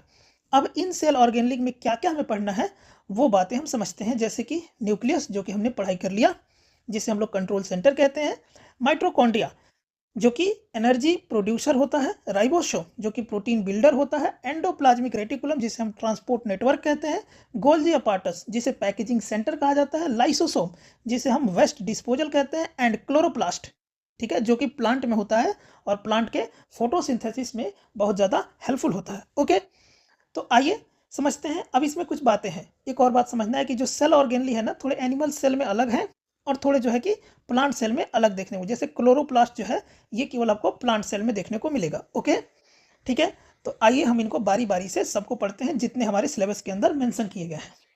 पहला जो है वो है एंडोप्लाज्मिक रेटिकुलम, शॉर्ट में हमसे ईआर लिखते हैं। देखिए ध्यान से समझिए, तो एंडोप्लाज्मिक रेटिकुलम जो है एक लार्ज नेटवर्क होता है मेम्ब्रेन बाउंड ट्यूब जैसा, ठीक है, या सीट जैसा, कोई दिक्कत वाली बात नहीं है, ठीक है, जो जिसका जो है कि सिमिलर स्ट्रक्चर होता है जैसे प्लाज्मा मेम्ब्रेन का होता है। अर्थात यूकैरियोटिक जो कोशिकाएं होती हैं उनके भीतर ईआर झिल्लियों का एक विशाल परस्पर जुड़ा हुआ नेटवर्क है, ठीक है ना, कोई दिक्कत वाली बात नहीं है, जो कि है गोल्जी, जो हमारे पास जो गोल्जी अपार्टस है उसके साथ मिलकर ये काम करता है। ओके, तो अब कुछ बातें इसके बारे में हम करते हैं। ये कुछ जो है कि इसका आपको फिगर देखने को मिलेगा, न्यूक्लियस और न्यूक्लियस के साथ में ऐसा ये जुड़ा हुआ स्ट्रक्चर होता है। ओके, इसके टाइप्स होते हैं, ये बेसिकली जो है कि एंडो प्लाज्मिक रेटिकुलम जो होता है ना, ये बेसिकली दो प्रकार का आपको देखने को मिलेगा। एक होता है रफ एंडोप्लाज्मिक रेटिकुलम जिसे RER कहते हैं, एंड दूसरा होता है स्मूथ एंडोप्लाज्मिक रेटिकुलम जिसे हम SCR कहते हैं, ठीक है। तो जो रफ एंडोप्लाज्मिक रेटिकुलम होता है ना, वो जो है कि माइक्रोस्कोप से जब देखा जाता है तो ये बेसिकली रफली नजर आता है, ठीक है, क्योंकि इसके पास ना कुछ एक पार्टिकल होते हैं जिसे हम लोग राइबोसोम कहते हैं। तो बेसिकली देखिए, ये जो येलो येलो प्रकार के आपको इसके ऊपर दिख रहे हैं ना, इनको ही हम बेसिकली राइबोसोम कहते हैं, ठीक है, तो आपको इसको ध्यान रखना है। तो रफ एंडोप्लाज्मिक रेटिकुलम के पास जो ये पार्टिकल्स होते हैं जिसे माइक्रोस्कोप से देख पाते हैं, उन्हीं का जो नाम होता है वो क्या होता है, राइबोसोम होता है, ठीक है। तो राइबोसोम की अगर हम बात करें, ठीक है, तो दो राइबोसोम जो होता है प्रेजेंट होता है ऑल एक्टिव सेल के अंदर, ठीक है, जो बेसिकली क्या होता है, साइट ऑफ प्रोटीन मैन्युफैक्चरर होते हैं, ठीक है, कोई दिक्कत नहीं है। ओके, और ये प्रोटीन के मैन्युफैक्चर होने के बाद से ये सेंड करते हैं वेरियस प्लेस पे, ठीक है, जहां भी सेल को जरूरत होती है इन प्रोटीन्स की, वहाँ पे ये राइबोसोम उसे क्या करते हैं, भेजने का काम करते हैं। तो आपको पता चला कि एंडोप्लाज्मिक रेटिकुलम, ठीक है, क्या है, और इनके दो प्रकार होते हैं, एक रफ और एक स्मूथ वाले। ठीक है, रफ के पास एक पार्टिकल्स होते हैं जिसे हम लोग राइबोसोम्स कहते हैं, जो कि प्रोटीन के मैन्युफैक्चर के लिए रिस्पॉन्सिबल होते हैं। होपफुली समझ गए होंगे। अब हम थोड़े से जो है कि स्मूथ एंडोप्लाज्मिक रेटिकुलम और बायोजेनेसिस दो वर्ड को समझते हैं। देखिए, तो हमने रफ को समझा कि रफ के ऊपर क्या है बेसिकली, तो एक पार्टिकल है जिसे राइबोसोम कहते हैं। अब थोड़े से स्मूथ का समझते हैं। तो स्मूथ एंडोप्लाज्मिक रेटिकुलम जो होता है वो हेल्प करता है मैन्युफैक्चरिंग और मैन्युफैक्चर ऑफ फैट मॉलिक्यूल्स। तो जो फैट मॉलिक्यूल्स का मैन्युफैक्चर है वो स्मूथ एंडोप्लाज्मिक रेटिकुलम से जो है कि संभव हो पाता है, या इसे आप लिपिड्स भी कह सकते हैं, जो कि हमने आपसे पहले बताया कि लिपिड क्या होती है। ओके, ठीक है, जो इंपॉर्टेंट होते हैं सेल के फंक्शंस के लिए, कोई दिक्कत वाली बात नहीं है। ठीक है, और ये जो प्रोसेस है कि protein and lipid help in building the cell membrane, जो ये प्रोटीन और जो ये लिपिड्स होते हैं ये सेल का जो है कि सेल मेम्ब्रेन को बिल्ड करने में जो हेल्प करते हैं, इसी प्रोसेस का नाम है बायोजेनेसिस। तो आपको समझ आ गया होगा कि जो है कि एससीआर और बायोजेनेसिस क्या होता है। ओके, अब हम लोग एंडोप्लाज्मिक रेटिकुलम का कुछ फंक्शन देख लेते हैं। तो देखिए, एंडोप्लाज्मिक रेटिकुलम का एक जो फंक्शन है वो serve as a channel for the transport of materials between various regions of the cytoplasm, between the cytoplasm and the nucleus. Cytoplasm और न्यूक्लियस के बीच जो ट्रांसपोर्ट होता है मटेरियल का, स्पेशली किसका, प्रोटीन का, वो एक एंडोप्लाज्मिक रेटिकुलम का क्या होता है, एक फंक्शन होता है। ठीक है, तो यानी कि जो एंडोप्लाज्मिक रेटिकुलम है ये function as a cytoplasmic framework providing a surface for some of the biochemical activities of the cell. कोई दिक्कत वाली बात नहीं है। उसके अलावा जो लिवर सेल है ना, कोई दिक्कत नहीं, जैसे अब ग्रुप ऑफ एनिमल्स के अंदर कॉल्ड वर्टिब्रेट्स, ठीक है, उसमें भी जो है कि स्मूथ एंडोप्लाज्मिक रेटिकुलम प्ले करता है crucial role for detoxifying many poisonous and drug. ठीक है, लिवर के अंदर जो आप देखते हैं कि बहुत सारे लिवर जो है कि ड्रग्स है ना, पॉइजनस चीज़ों को फिल्टर करने का, उसको साफ करने का काम करता है। उसमें जो है कि खास करके एंडोप्लाज्मिक रेटिकुलम का एससीआर वाला जो है वो अच्छा, वो डिटॉक्सिफाइंग करने का जो है कि उन्हें काम करने का एक क्रूशियल रोल प्ले करता है। ओके, अब हम लोग पहला हमने ये समझने का प्रयास किया कि हमने सेल ऑर्गेनली हमने पढ़ रहे थे, और सेल ऑर्गेनली में सबसे पहले हमने एंडोप्लाज्मिक रेटिकुलम पढ़ा, उसके दो टाइप को पढ़े। तो अब हम लोग समझते हैं सेकंड पार्ट को, जिसको हम लोग गोल्जी अपार्टस कहते हैं। ठीक है, तो गोल्जी अपार्टस का जो नाम है ना वो फर्स्ट डिस्क्राइब किया था कैमिलियो गोल्जी ने, जिसकी वजह से इसका जो नाम पड़ा वो पड़ा गोल्जी, गोल्जी अपार्टस। ठीक है, तो गोल्जी अपार्टस की अगर हम बात करें, ठीक है, तो ये जो है कि सेल का एक जो है कि महत्वपूर्ण ऑर्गन ये भी है, अंगक है। ठीक है, मतलब कहने का मतलब ऑर्गेनली है, जो एंडो रेटिकुलम से जो प्राप्त प्रोटीन एंड लिपिड्स होता है ना उसको मॉडिफाई करने का काम करता है, सॉर्ट करने अर्थात छांटने का काम करता है, और उसे पैक करने का काम करता है। ठीक है, ताकि अंदर या बाहर उनके निश्चित स्थान पर भेजा जा सके। तो समझ में आ रहा होगा। ठीक है, यह जो होता है एक ना फ्लैटेड झिल्लीधार यानी मेम्ब्रेन बाउंड जो है कि सिस्टर्नी जिसे कहा जाता है, उसके ढेर के रूप में आपको देखने को मिलता है सिस्टर्नी। ठीक है ना, तो ये आपको समझ में आ रहा होगा कि ये कैसा होता है। ठीक है, इसके फंक्शन में जो है कि स्टोरेज, मॉडिफिकेशन, पैकेजिंग है ना, of product in the vesicles, कोई दिक्कत वाली बात नहीं है। ठीक है, तो गोल्जी अपार्टस ये होता है, और इसके अंदर गोल्जी अपार्टस जो है कि also involve in the formation of lysosome, जो लाइसोसोम का जो फॉर्मेशन होता है उसमें भी गोल्जी अपार्टस का अपना क्या होता है, एक रोल होता है। ओके, अब हम बात करते हैं लाइसोसोम की, जो तीसरा पार्ट है हमारा सेल ऑर्गेनली का लाइसोसोम, उसके बारे में बात करते हैं। देखिए, अगर संरचनात्मक रूप से हम बात करें तो जो लाइसोसोम होता है ये मेम्ब्रेन बाउंड एक ना सैक होता है। ठीक है, जो फिल्ड होता है डाइजेस्टिव एंजाइम के साथ। ठीक है ना, डाइजेस्टिव एंजाइम इसके अंदर होते हैं। ठीक है, एक ऐसे सैक टाइप का होता है, एक डिब्बी टाइप का समझ सकते हैं। ठीक है, जो होते हैं these enzyme are made by RER। अभी हमने कहा जो है कि रफ एंडोप्लाज्मिक रेटिकुलम के माध्यम से जो है कि ये डाइजेस्टिव एंजाइम इसमें फिल हुए होते हैं, भरे होते हैं, बने होते हैं। ठीक है ना, लाइसोसोम को जो है कि आप kind of waste disposal system कहते हैं सेल का। बेसिकली ये वेस्ट को डिस्पोज करने का काम करता है, डिस्पोजल करने का काम करता है। ठीक है, यानी कि ये हेल्प करता है keep the cell clean by digesting any foreign material. ठीक है, well as worn out cell organelle. ठीक है, तो सेल के अंदर मारने पीटने का काम है बेसिकली इसका। ठीक है, उसमें कोई ज़्यादा दिमाग नहीं लगाना है। ठीक है, तो कोई भी जो फॉरेन मटेरियल होता है एंटरिंग द सेल, जब सेल के अंदर एंटर करता है, सच है जैसे बैक्टीरिया हुआ या फूड हुआ, as well as old organelle है। ठीक है, उनको एंड करने का काम जो है कि लाइसोसोम का होता है, ठीक है, जो क्या करता है, ब्रेक करता है कॉम्प्लेक्स सब्सटेंसेस को इनटू सिंपलर सब्सटेंसेस, ठीक बात है।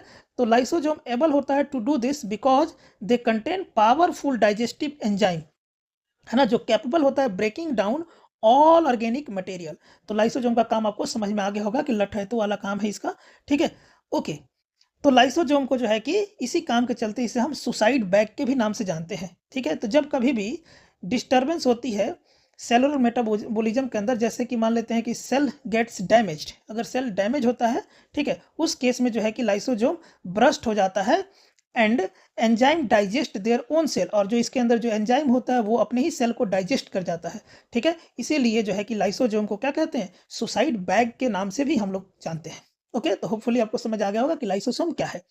अब बात करते हैं माइटोकॉन्ड्रिया की, ठीक है। ये माइटोकॉन्ड्रिया का इसे हम लोग पावर हाउस के नाम से जानते हैं, ठीक है। ये जो है माइटोकॉन्ड्रिया, ये भी टू, ध्यान रखने वाली बात है, टू मेम्ब्रेन कवरिंग जो होती है इसके ऊपर होती है, ठीक है, मतलब दो झिल्लियां होती हैं इसके ऊपर भी, ठीक है, जैसे हमने न्यूक्लियस के बारे में देखा था, ओके, ठीक है। और जो आउटर मेम्ब्रेन होता है उसके पास पोर होता है, ठीक है, और inner membrane is deeply folded, और जो इनर मेम्ब्रेन होती है वो बहुत डीप तरीके से फोल्ड होती है, कोई दिक्कत वाली बात नहीं है। अब देखिए, this fold increase surface area, अगर किसी चीज को आप ऐसे फोल्ड कर देंगे जिससे उसका सरफेस एरिया क्या हो जाती है, बढ़ जाता है, for ATP generating chemical reaction. अब एटीपी क्या है, तो एडिनोसाइन ट्राइफॉस्फेट, ठीक है, ओके। तो the energy required for various chemical activities needed for life is released by mitochondria in form of ATP molecule. तो बेसिकली ये पावर हाउस है और ये एटीपी बनाती है, एटीपी मतलब एनर्जी, एनर्जी बनाती है जो बहुत सारे केमिकल एक्टिविटीज के लिए क्या होती है, सेल के अंदर रिस्पॉन्सिबल होती है। तो सेल के अंदर जो एनर्जी मिलता है वो एटीपी के फॉर्म में मिलता है, जो माइटोकॉन्ड्रिया द्वारा क्या किया जाता है, बनाया जाता है, फॉर्म किया जाता है। अगर हम माइटोकॉन्ड्रिया की बात करें तो एटीपी जो होता है उससे हम लोग क्या, एटीपी जो होता है वो जो होता है एनर्जी करेंसी होता है सेल का, कोई दिक्कत वाली बात नहीं है। तो the body uses energy store in ATP for making new chemical compound and for mechanical work. तो सेल के अंदर अगर जो है कि न्यू केमिकल कंपाउंड चाहिए या उसको मैकेनिकल वर्क करने हैं तो उसमें एटीपी की जरूरत होती है, जो माइटोकॉन्ड्रिया द्वारा क्या की जाती है, बनाई जाती है। तो माइटोकॉन्ड्रिया एक strange organelle in the sense that they have their own DNA, mitochondria के पास अपना अपना डीएनए होता है एंड इसके पास अपना एक राइबोसोम होता है, therefore mitochondria are able to make some their own proteins. तो माइटोकॉन्ड्रिया जो है कि इसके माध्यम से इसके पास अपना डीएनए है और इसके पास जो है कि अपना राइबोसोम है, जिसकी वजह से जो है कि ये अपना एक प्रकार का प्रोटीन बना सकती है, कोई दिक्कत नहीं। तो माइटोकॉन्ड्रिया जो एटीपी फॉर्म करती है जिससे सेल को एनर्जी मिलता है, और उसके अलावा आपको जो बातें ध्यान रखनी है, माइटोकॉन्ड्रिया के पास क्या है, अपना डीएनए है और राइबोसोम है, जिससे ये एक अलग प्रकार का अपने लिए प्रोटीन बना लेता है। तो आपको इसे ध्यान रखना है, ओके। अब हम बात करते हैं प्लास्टिड के बारे में, ठीक है, प्लास्टिड जिसे हम लोग हिंदी में लवक भी कहते हैं, ठीक है। तो प्लास्टिड जो है ना, ये केवल प्लांट सेल के अंदर जो है कि प्रेजेंट होता है, कोई दिक्कत नहीं। ये दो प्रकार का होता है प्लास्टिड, एक क्रोमोप्लास्ट होता है जो कलर प्लास्टिड है, और एक ल्यूकोप्लास्ट होता है जो कि वाइट प्लास्टिड है, कोई दिक्कत वाली बात नहीं है। तो आपको प्लास्टिड ध्यान रखना है कि प्लांट सेल में होता है, दो प्रकार का होता है, एक क्रोमोप्लास्ट जिसे कलर्ड प्लास्टिड कहते हैं, और ल्यूकोप्लास्ट जिसे हम लोग वाइट कलरलेस प्लास्टिड कहते हैं, ओके। समझते हैं ल्यूकोप्लास्ट क्या होता है, ठीक है। तो ल्यूकोप्लास्ट जो होता है ना, वो primary organelle in which material such as starch oil and protein granule are stored. तो भाई जहाँ पर ल्यूकोप्लास्ट एक ऐसा मतलब ऑर्गेनली है जहाँ पर स्टार्च, ऑयल्स, प्रोटीन, ये सब सारी चीज़ें क्या होती हैं, स्टोर्ड होती हैं, उसे हम लोग ल्यूकोप्लास्ट कहते हैं, ओके। उसके अलावा समझते हैं क्रोमोप्लास्ट क्या होते हैं। तो क्रोमोप्लास्ट जो होते हैं ना, वो एक पिगमेंट कंटेन करते हैं जिसे हम लोग क्लोरोफिल कहते हैं, ठीक है, और जिसे हम लोग क्लोरोप्लास्ट के रूप में जानते हैं, कोई दिक्कत नहीं है। तो क्लोरोप्लास्ट एक इंपॉर्टेंट होते हैं जो फोटोसिंथेसिस के लिए, आपने फोटोसिंथेसिस में जब इसका फोटोसिंथेसिस का जब आप रिएक्शन लिखते होंगे तो वहाँ पे आप क्लोरोफिल की उपस्थिति में ऐसे लिखते होंगे, ओके। तो ये सब बातें आपको ध्यान रखना है, ठीक है। ये जो क्लोरोप्लास्ट होते हैं ना, इनके पास येलो ऑरेंज पिगमेंट भी होते हैं, ठीक है, क्लोरोफिल के रूप में, ओके। तो the internal organisation of chloroplast consist of numerous membrane layer embedded in material called stroma. Stroma, तो आपसे कोई पूछे कि स्ट्रोमा क्या होता है, तो क्लोरोप्लास्ट के अंदर जो है कि कई सारे मेम्ब्रेन होते हैं लेयर्ड के, एम्बेडेड होते हैं, जिसे हम स्ट्रोमा कहते हैं, ठीक है। These are similar to mitochondria in external structure, है ना, like mitochondria plastid also have their own DNA and ribosome. तो क्रोमोप्लास्ट को भी आपने समझा कि इसके पास भी जो है कि अपना एक डीएनए और एक राइबोसोम। तो अब हम बात करते हैं वैक्यूल्स के बारे में। वैक्यूल्स को हिंदी में हम रिक्तिकाएँ कहते हैं, ठीक है। तो ये वैक्यूल्स बेसिकली जो है कि स्टोरेज होते हैं, जो सेल के अंदर सॉलिड और लिक्विड कंटेंट होते हैं उसको ये स्टोरेज देने का स्टोरेज प्रोवाइड करते हैं, ठीक है। एनिमल में ये स्मॉल साइज के होते हैं, लेकिन अगर प्लांट की बात करें तो ये बड़े बड़े वैक्यूल्स होते हैं एनिमल्स के अंदर। यहाँ तक कि प्लांट के अंदर बात करें तो ये 50 से 90% सेल वॉल्यूम का हिस्सा हो सकते हैं प्लांट के अंदर, ठीक बात है। तो अगर हम प्लांट की बात करें इनके बारे में, तो प्लांट को टर्जिडिटी भी प्रोवाइड करते हैं और रिजिडिटी भी प्रोवाइड करते हैं प्लांट सेल को। उसके अलावा प्लांट के लाइफ के लिए कुछ जो इंपॉर्टेंट कुछ सब्सटेंस है उनको ये क्या करते हैं, स्टोर करके रखते हैं, जैसे अमीनो एसिड, शुगर्स और वेरियस ऑर्गेनिक जो एसिड्स होते हैं उनको ये कंटेन करके रखते हैं, स्टोर कर रखते हैं, जो प्लांट के लिए ज़रूरी होते हैं। कुछ इसमें प्रोटीन भी शामिल होते हैं। अगर सिंगल सेल्ड की हम बात करें अमीबा के अंदर, तो इसमें फूड वैक्यूल्स होते हैं जो अमीबा के फूड आइटम को क्या करते हैं, कंटेन करके रखते हैं, कंज्यूम भी अमीबा जिसे कंज्यूम करता है। ओके, तो ये बातें आपको वैक्यूल्स के बारे में याद रखना है कि वैक्यूल्स स्टोरेज प्रोवाइड करता है एनिमल और प्लांट सेल के अंदर। प्लांट सेल के अंदर ये बड़े बड़े भी हो सकते हैं। अब एनसीईआरटी में आप कुछ प्रश्नों को देखेंगे, जिसमें पहला प्रश्न है कि can you name the 2 organelles we have study that contain their own genetic material. बिल्कुल सही बात है, अभी हमने चर्चा किया था, याद कीजिए, एक माइटोकॉन्ड्रिया के बारे में हमने बात किया था, एक और बात किया था, ठीक है। दूसरा क्वेश्चन है कि if the organisation of a cell is destroyed due to some physical और chemical influence what will be happen. अगर सेल जो होता है डिस्ट्रॉय हो जाएगा तो क्या होगा भाई उसके साथ। अगला जो है कि why are lysosomes known as suicide bag, ये अभी हमने चर्चा किया था। Where are proteins synthesised inside the cell, protein कहाँ सेल के अंदर जो है कि सिंथेसाइज यानी बनता है, संश्लेषित होता है। ओके, तो ये चारों प्रश्न का आंसर हमने यहाँ लिख रखा है, ठीक है। आप इसे ध्यान से वीडियो को पॉज करके देख सकते हैं कि लाइसोसोम को हम सुसाइड बैग क्यों कहते हैं, ठीक है, और साइट ऑफ प्रोटीन सिंथेसिस कहाँ संभव हो पाता है, ठीक है, जो कि राइबोसोम है। अभी हमने पढ़ा जो राइबोसोम रफ एंडोप्लाज्मिक रेटिकुलम के अंदर कंटेन होता है, उसके सरफेस पे होता है। उसके अलावा अगर सेल डिस्ट्रॉय हो जाए तो क्या होता है, ठीक है, लाइसोसोम ब्रस्ट होता है, आपने देखा था। और जो है कि हमने एक और बात की थी कि जिसमें हमने ये कहा कि 2 ऑर्गेनली के नाम बताइए जो कंटेन करते हैं देयर ओन जेनेटिक मटेरियल। उसमें हमने एक माइटोकॉन्ड्रिया की बात किया, एक प्लास्टिसाइड्स होता है। ओके, हाँ जी, तो अब अगला टॉपिक हम लोग देखते हैं सेल डिवीजन। ये बेसिकली हमारा लास्ट टॉपिक है, कोशिका विभाजन, ठीक बात है। तो सेल डिवीजन नाम से ही पता चल रहा है कि इसमें नए सेल बनने हैं, ठीक है। तो क्या होता है जब सेल कोई डिवाइड होकर अपने जैसे सेल बना देता है तो उसको हम लोग सेल डिवीजन कहते हैं कि सेल डिवीजन हो गया, ठीक है। तो सेल डिवीजन में क्या होते हैं basically the process by which new cell are made is called cell division, ठीक है। अब ये सेल डिवीजन क्यों होता है, क्योंकि हो सकता है कि नए सेल को ग्रो करना हो या ओल्ड सेल को रिप्लेस करना हो या डेड जो इंजर्ड सेल है उन्हें रिप्लेस करने का काम हो, ठीक है। अब देखिए जरा ध्यान से समझिए कि सेल के रिप्रोडक्शन में ना गैमेट्स का बहुत बड़ा रोल होता है। अब आपके जहन में एक सवाल आएगा कि गैमेट्स क्या होते हैं। तो गैमेट्स बेसिकली रिप्रोडक्टिव सेल होते हैं, जैसे मेल के अंदर स्पर्म सेल है ना, फीमेल के अंदर एग सेल है, ठीक है, जो कि क्रोमोजोम को कैरीड करते हैं, ठीक है। और ये दोनों ये फ्यूज होकर क्या जनरेट करते हैं, फर्टिलाइजेशन के बाद से न्यू ऑर्गेनिज्म को जनरेट करते हैं, ठीक है। तो ये गैमेट्स होते हैं। गैमेट्स बेसिकली रिप्रोडक्टिव सेल होते हैं जिनके मिलने से रिप्रोडक्शन वाली वर्क्स होती है, ठीक बात है। तो जैसे हमने कहा कि सेल डिवीजन के माध्यम से न्यू फॉर्म्स होती है, न्यू ऑर्गेनिज्म का मतलब नया एक ऑर्गेनिज्म का फॉर्म होता है। उसके अलावा डेड या जो इंजर्ड सेल होते हैं वो रिप्लेस होते हैं। ओके, तो देखिए अब आपका दिमाग में एक सवाल आना चाहिए कि ये कितने टाइप से सेल डिवीजन हो सकता है। तो 2 प्रकार का होता है, एक माइटोसिस होता है जैसे हिंदी में समसूत्री विभाजन कहते हैं, और मियोसिस होता है जिसे हम अर्धसूत्री विभाजन कहते हैं। आइए अब इन 2 टर्म को हम समझते हैं कि मिटोसिस प्रोसेस क्या होते हैं। ओके, तो इस प्रोसेस में जो होता है कि each cell called mother cell, देखिए ये बेसिकली एक मदर सेल है, ठीक है, जो डिवाइड होकर 2 आइडेंटिकल डॉटर सेल बनाता है। इस केस को हम लोग मिटोसिस का प्रोसेस कहते हैं। फॉर एग्जांपल मान लेते हैं जैसे यहाँ पे 4 सेल आपको देखने को मिल रहे हैं और ये डिवाइड हुआ और 2 अलग अलग सेल बना दिया, डॉटर सेल बना दिया, तो इस प्रोसेस को हम लोग कहते हैं मिटोसिस का प्रोसेस। फॉर एग्जाम्पल आप देख लीजिए जैसे कि ह्यूमन के अंदर 46 सेल है मान लीजिए, ठीक है, 23 जोड़े जो होते हैं क्रोमोजोम होते हैं, यानी 46 होते हैं, ठीक है, और ये 46 बन गया, एक और 46 बन गया डॉटर सेल। तो इस प्रोसेस को हम बोलते हैं मिटोसिस का प्रोसेस, ठीक है। तो ये जनरली असेक्सुअल रिप्रोडक्शन के केस में ऐसा होता है, ठीक है। ग्रोथ का चाहे केस हो चाहे रिपेयर का केस हो सेल का, उस केस में जो है कि मिटोसिस होता है। फॉर एग्जांपल कोई सेल जो है कि डैमेज हो गया, ठीक है, तो वैसा ही सेल को फिर से फॉर्म होना है तो उस केस में जो है कि मिटोसिस का प्रोसेस होता है। अब हम लोग बात करते हैं मियोसिस के बारे में। तो मियोसिस के अंदर जो है कि मिटोसिस से डिफरेंस, मिटोसिस जो हमने पढ़ा, मिटोसिस प्रोसेस के अंदर जो है कि, और जो मियोसिस के अंदर जो हम पढ़ रहे हैं वो इसमें ये होता है कि 2 कॉन्जिक्यूटिव डिविजन्स होते हैं इसके अंदर, ठीक है ना। जैसे कि हमने मिटोसिस में देखा कि केवल 2 ही क्या होते हैं, जस्ट 2 के जगह यहाँ पे 4 न्यू सेल्स बनते हैं, ठीक बात है। अर्थात जो न्यू सेल होते हैं only have half number of chromosomes than that of mother cell. Mother cell जो होती है उनके हाफ ऑफ नंबर आते हैं, ठीक है। जैसे ह्यूमन के अंदर 46 है, ठीक है। तो जो क्या है कि अब यहाँ से 23 और यहाँ से भी 23 ही आएंगे, ठीक है, जिसकी वजह से एक नए ऑर्गेनिज्म बनेगा, फिर से ह्यूमन बनेगा, ठीक बात है ना। तो ये बेसिकली सेक्सुअल रिप्रोडक्शन के अंदर होता है, ताकि यहाँ पे डबल काउंटिंग से बचा जा सके, ठीक है ना, कोई दिक्कत नहीं है। तो इसलिए हाफ ऑफ सेल आते हैं। तो ये मियोसिस का प्रोसेस है। अर्थात आपको समझ में आया होगा कि जो ह्यूमन बॉडी बनती है 2 ह्यूमन बॉडी के मिलने से, ठीक है, उसके अंदर यहाँ से हाफ सेल आते हैं, अर्थात वो एक क्या है, मियोसिस का केस है।